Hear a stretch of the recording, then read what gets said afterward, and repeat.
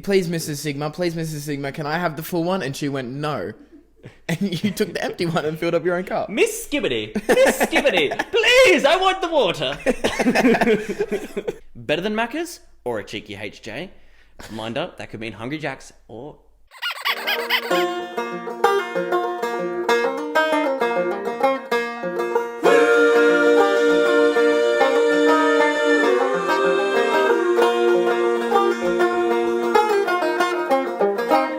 Jake and Marty Podcasting Experience, Season 3. Episode 81. 81. Something substantial about number 81 to you. Something substantial about the number 81 to me is that my birthday is on the 9th of the 9th, and if you times 9 by 9, it becomes 81. Kobe Bryant once scored 81 points, and also... I've got a joke 8 about plus 81. 1 equals 9 as well, which is my favorite. I got I got a friend who moved from Germany a couple of years ago. Doesn't speak much English. Big Kransky guy, I bet. Yeah. But anyway, I was asking him. I was like, we were like getting into maths questions and stuff last night. We were drinking a bit, and it was a blast. But anyway, I asked him what the square root of 81 was. He doesn't fucking know. 9. No, but he's German. Yeah, I get the joke. Yeah, so he's no. Oh, what does 9 mean? No. Oh. What's the square root? 9. Oh. He doesn't know. He doesn't get it. What an idiot. Dumbass. I know what you did last weekend.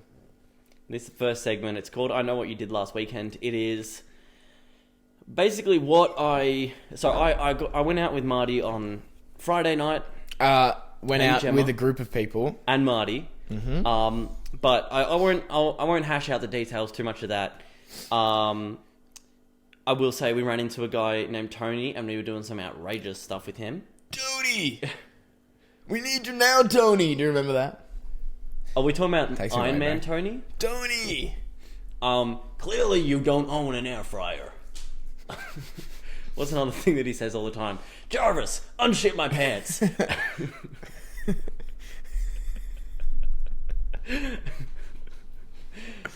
No, we met Tony. We had a great time with Tony. Anyway, Saturday night. Who the fuck is Tony? They don't call him Tony Twinklefingers for nothing. I know what you guys did last weekend. But to be fair, I did see his... And he was Tony Twinklefingers because I saw him at one point go, stop, and his fingers had little bits of lightning off them. And they were shocking other people in the club. That's when he's edging. Yeah. Right, we're going to stop talking about Tony for okay. Real. Saturday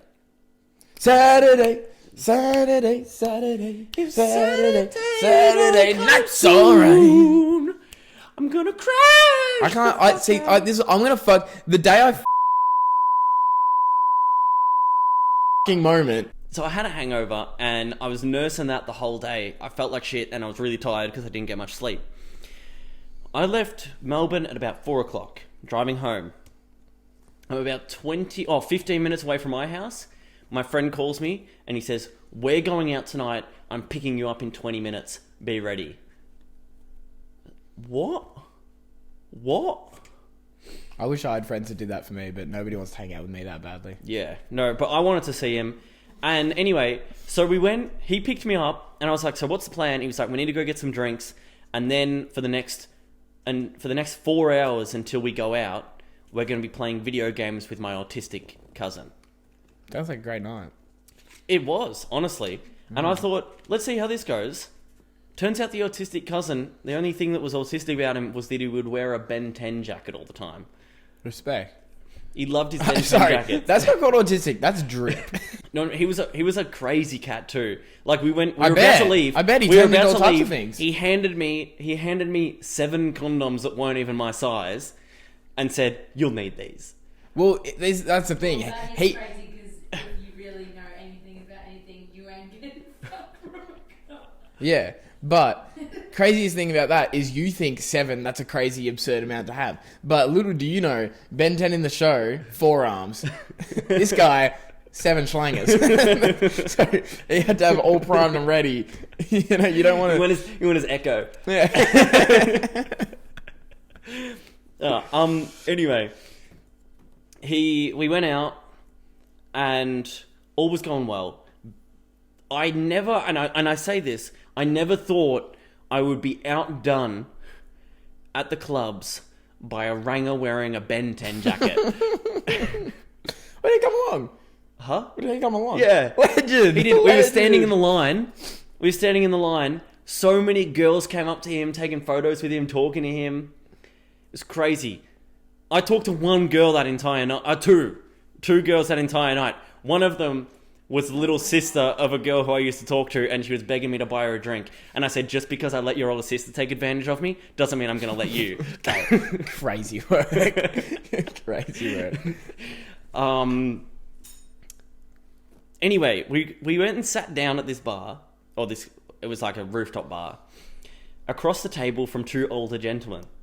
They were both around 40 years old, and they were brothers-in-law. Got chatting to them a little bit, worked up the courage to have a conversation with strangers. And then they asked, how do you two know each other? Or how do you guys know each other? And they were like, we're cousins. And then Spencer was like, we met at church. Spencer and I. And he was like, oh, do you still go to church? And we were like, oh, nah. Spencer said, yeah, we got kicked out. And I thought, I'll just add some spice to it.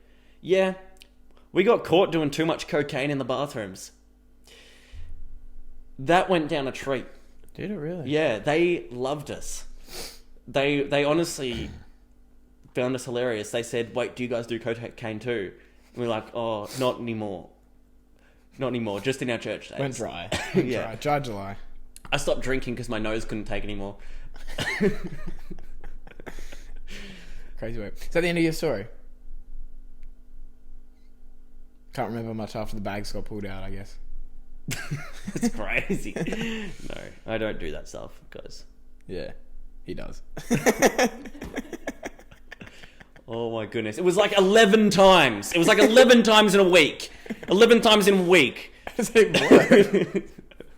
What? All right, next segment. It is a classic segment. You've all heard of it. Could be the move, but these are Marty's personal could be the moves for this week. I think we've brought it before. 3 could be the moves for this week. Mm-hmm. I don't know. You can give your thoughts on them. You can. One of them I pulled on you guys earlier, so I'm just gonna rip it off that one. With that one, it's called the glass half full. So, just for all you listeners out there, when you've got some guests over, preferably 2 people, works best. Pull out some water and a couple of glasses for your guests. However, fill up 1 cup and leave 1 empty. And let them decide who gets the full one and who needs to fill up their own cup. This is a great way to dive into the minds of your guests. Figure out who feels more comfortable at the table, who maybe feels less comfortable, who maybe wants to be chivalrous and fill up their own cup. Who's the alpha? You could argue. There's lots of different ways. You got to read the room a bit, but regardless, you're going to find something out about the guests that you've invited over. Marty pulled that move out on Gemma and I earlier. Mm-hmm. And I was raised to be a gentleman, and I have moments where that comes out. Yeah, you were raised to be a And wimp. I have many moments where I suppress that. Yeah, you went, please Mrs. Sigma, can I have the full one? And she went, no. And you took the empty one and filled up your own cup. Miss Skibbity, please, I want the water.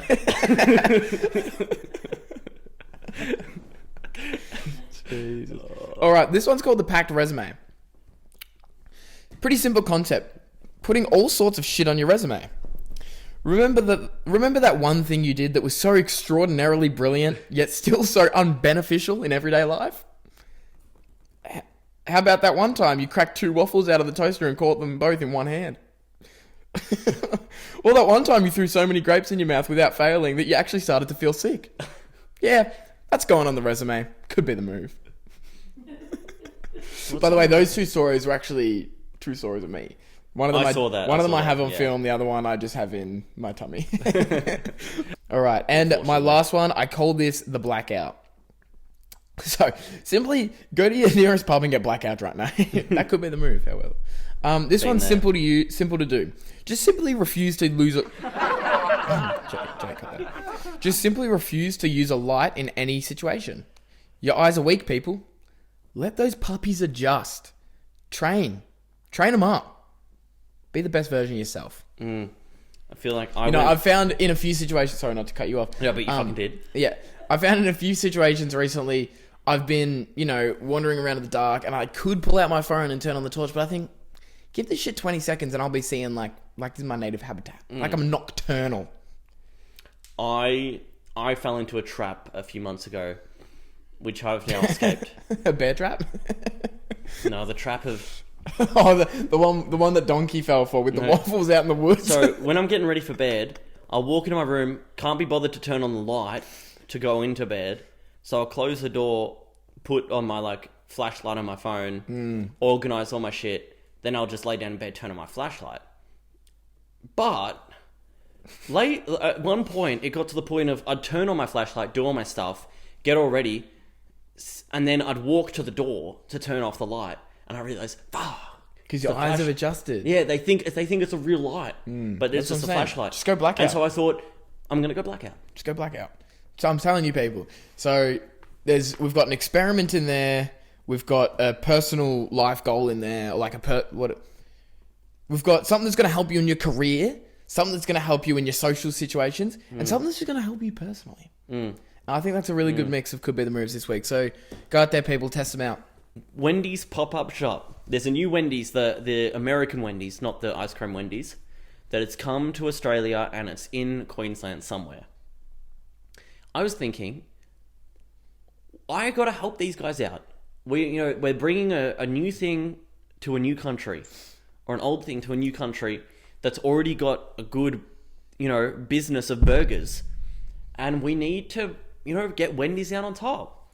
So I've come up with some slogans. Ooh.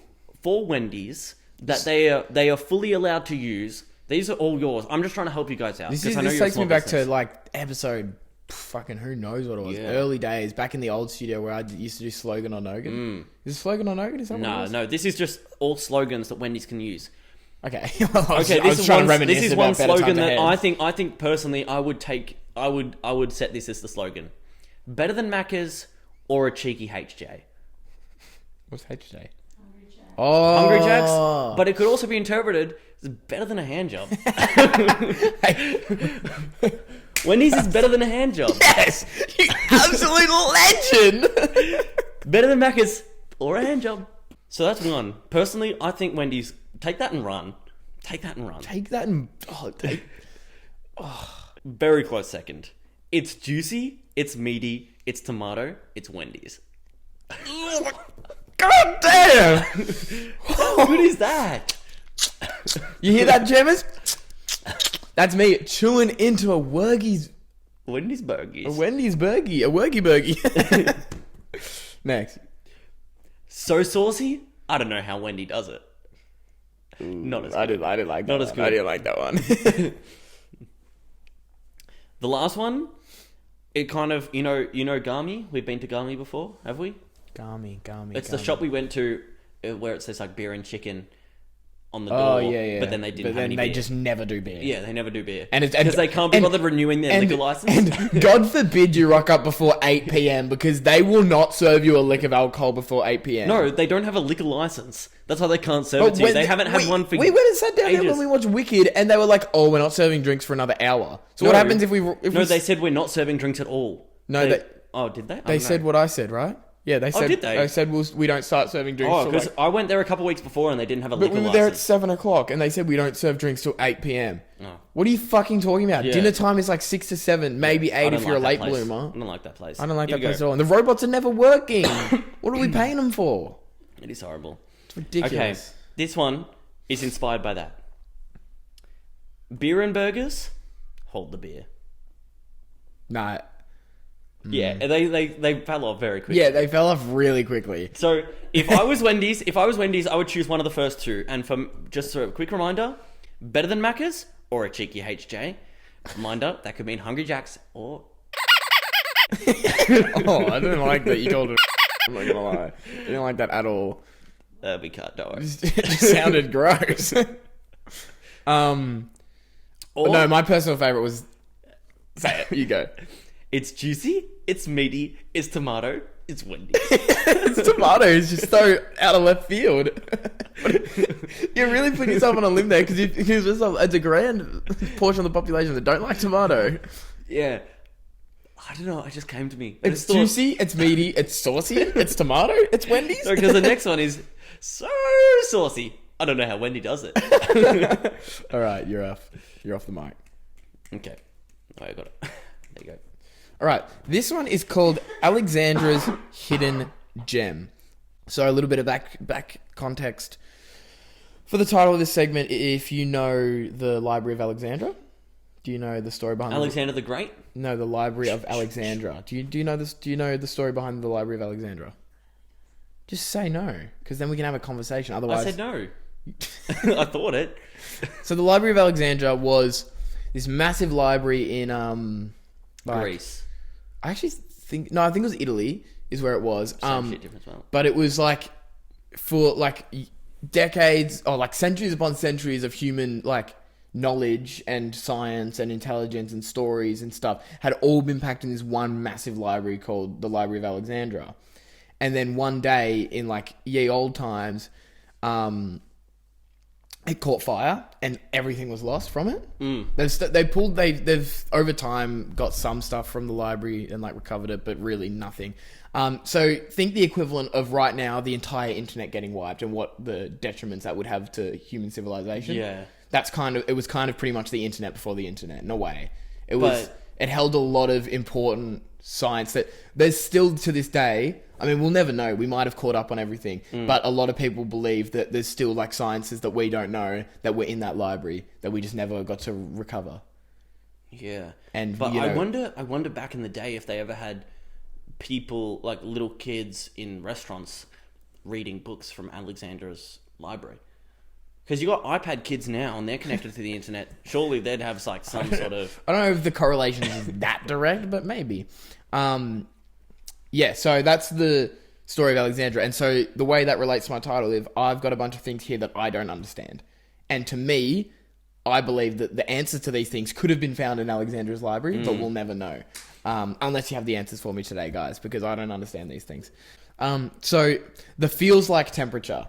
So you have your 30 degrees. So weather app's telling me 30 degrees out today. Slides me a quick 20 with a note on it saying, prepare for 35, because it feels like 35. Hey, it's probably just 35 then, isn't it? I understand the wind. I understand the wind is a factor. You know, you might have wind chill or it might be humid. I don't care, because frankly, if it feels like 35, I only want to know that it's 35. I don't really care that it's 30 in real life. So I used to work with this guy. No, like getting people to join the pod as we go around. But Greg was his name. His name was Greg. And we would have this conversation, I reckon, almost daily.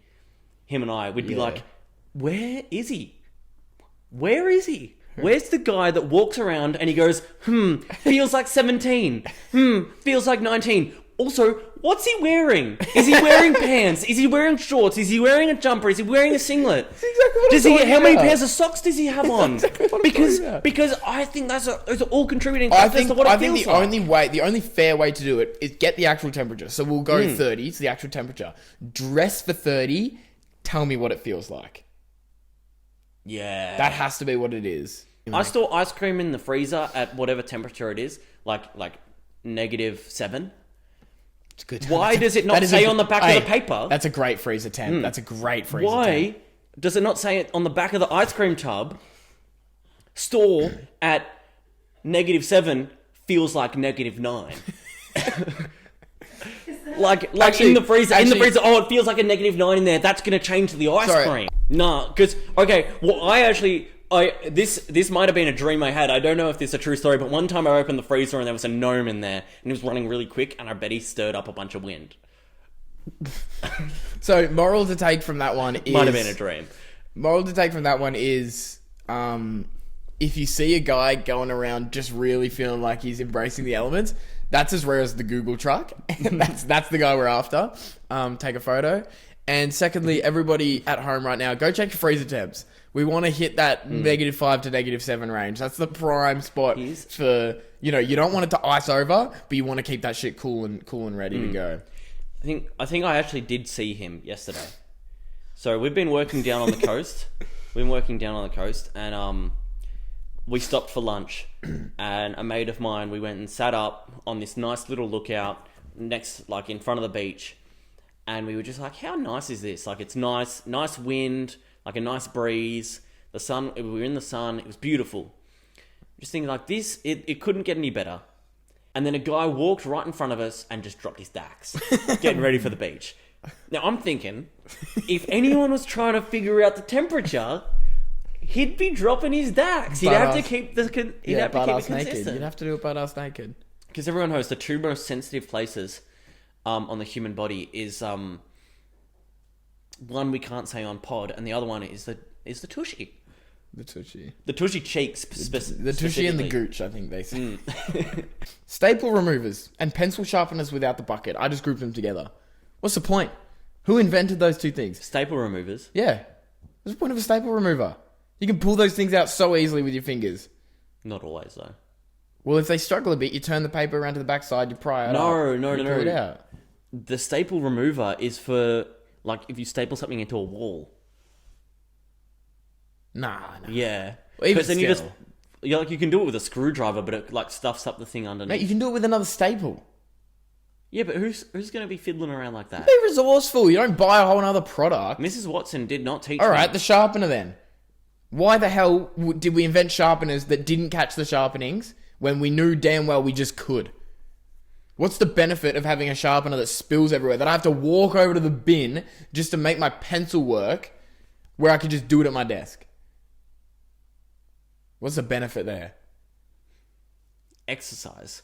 They actually, I heard they invented them. I still have to walk over to the bin just to empty my bucket. No, they invented them in the late 90s when all the kids were getting real chubby off the McJongles.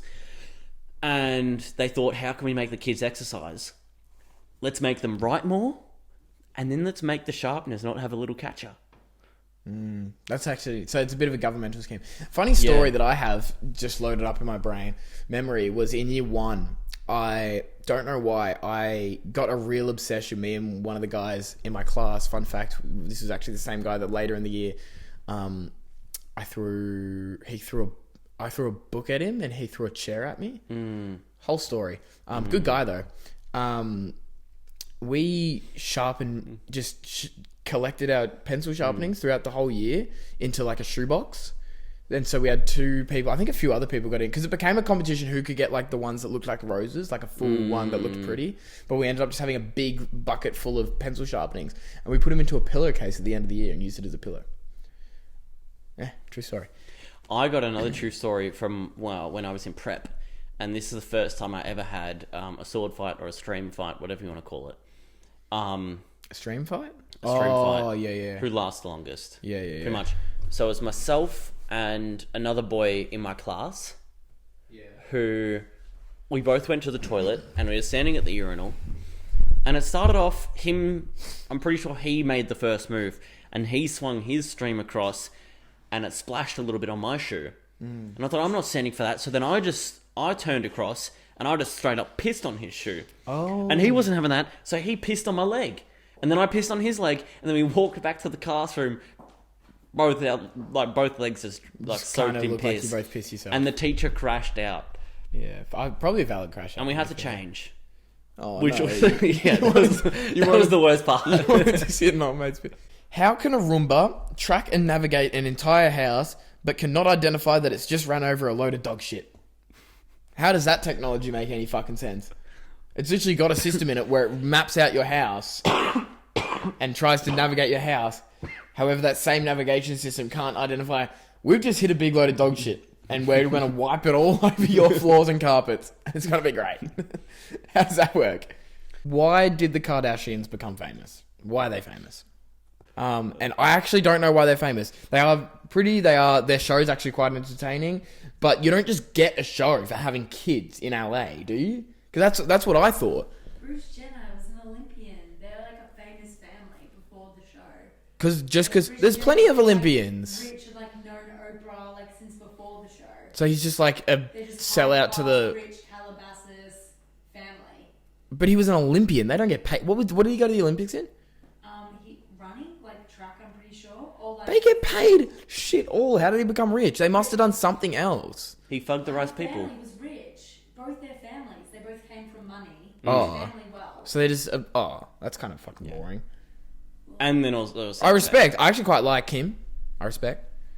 I great hustle. But I just thought that there was something that they had done. But the girls are famous for like modelling and stuff. Well, yeah, but I thought they got their modelling gigs, like, after the TV show and all that sort of stuff. Like, that was... Not really. Like, in the first season, like, Kim, like, books, magazine shoots and stuff. And she got really famous because she was Paris Hilton's stylist / friend. And Paris Hilton was, like, a socialite.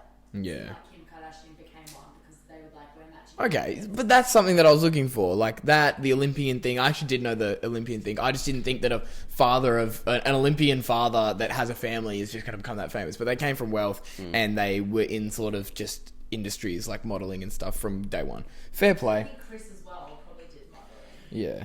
Fair play. All right. Well, I didn't mean to throw shade. I was genuinely just interested. I didn't know the entire story behind the Kardashians, but now I do. All right, you got your last segmental. Now, this has a bit of a backstory to it.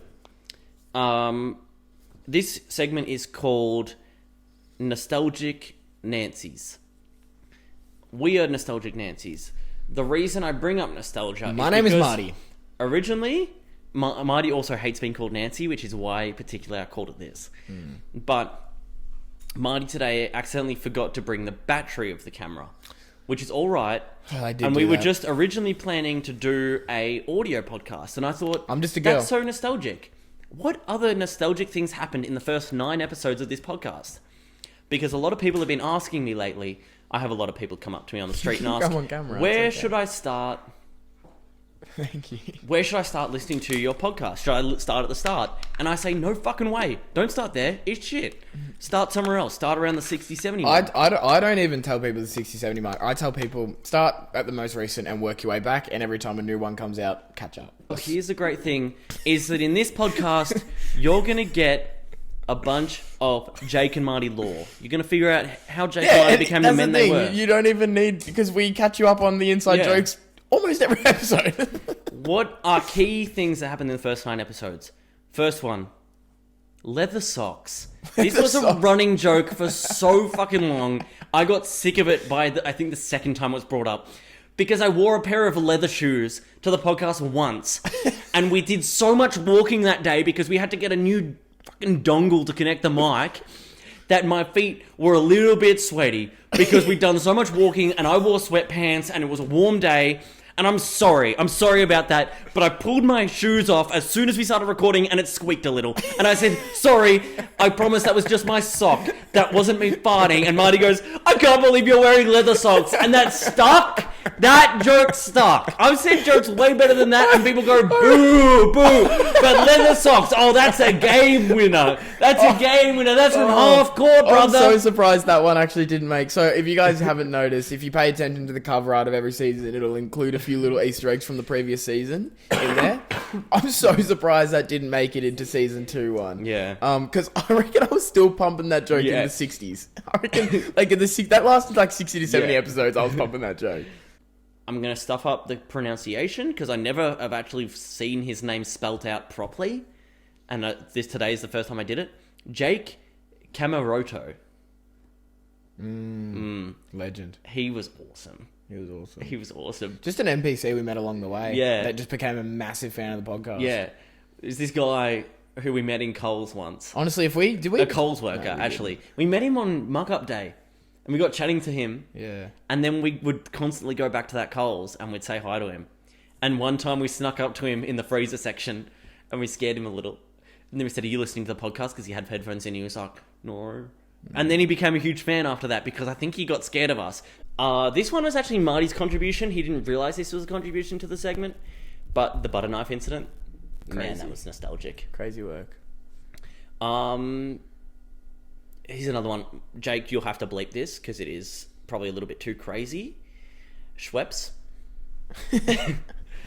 Nostalgic as fuck. Yeah, if you know, you know. That's episode 5. I know that for Yeah.